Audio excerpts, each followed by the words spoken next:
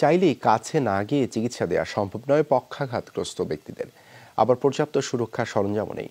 ফলে করোনা সংক্রমণের ঝুঁকি নিয়েই সিআরপিতে সেবা দিচ্ছেন চিকিৎসকরা। লতিফুর রহমানের ক্যামেরায় সাব্বির আহমেদের রিপোর্ট।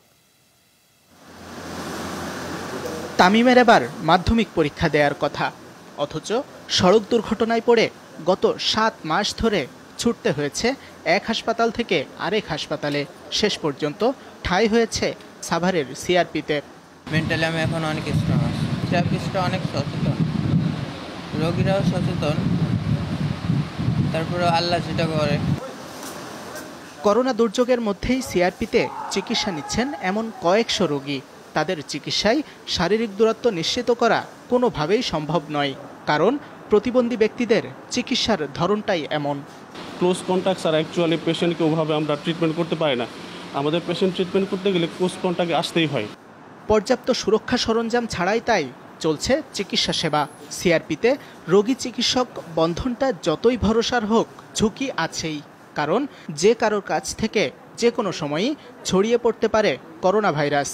আমাদের বাইরে যাওয়া বন্ধ, শুধু থেরাপিস্টরাই বাইরে থেকে আসে, অথবা এর ভিতরে যারা আসে একবারে ডিউটি করে চলে যায়। একজন থেরাপিস্ট আমাদের থেরাপি দিল, দ্বিতীয় আরেকজনের থেরাপি দিল, তার আমার ওই একই গ্লোভস একই, তারপরে নতুন একজন রোগী আসলো, তারও ওই একই গ্লোভস থেকে বা একই দিল, একই বল ব্যবহার করলো। 100% করোনা ঝুঁকি নিয়ে আসি, কিন্তু প্রফেশনাল দায়িত্বে আমাদের কাজ করতে হয়।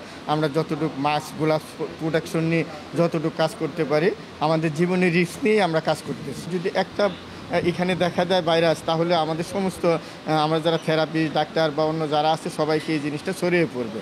তাহলে প্রশ্ন দাঁড়ায়, করোনার কমিউনিটি ট্রান্সমিশনের এই পর্যায়ে এসে প্রতিবন্ধী ব্যক্তি এবং তাদের সেবাদানকারীদের স্বাস্থ্য নিরাপত্তা কিভাবে নিশ্চিত করতে হবে? যেহেতু তাদের কিছু লিমিটেশন আছে, যার ফলে তাদেরকে অনেকের কাছ থেকে সাহায্য সহযোগিতা নিতে হয়, নিয়ে তাদের কাজগুলো করতে হয়। সেই ক্ষেত্রে তাদেরকে টোটাল আইসোলেশনে রাখাটা খুবই কঠিন। একবার একটা গ্লাভস কিংবা একটা মাস্ক দিলেই তো এই দীর্ঘমেয়াদের প্রয়োজনটা মিটে যায় না। সেই জন্য অর্থের প্রয়োজন। আমাদের মতো প্রতিষ্ঠানে এইভাবে কোনো সরবরাহ দেওয়ার ক্ষেত্রে আমাদের সমস্যায় পড়তে হয় অর্থের জন্য।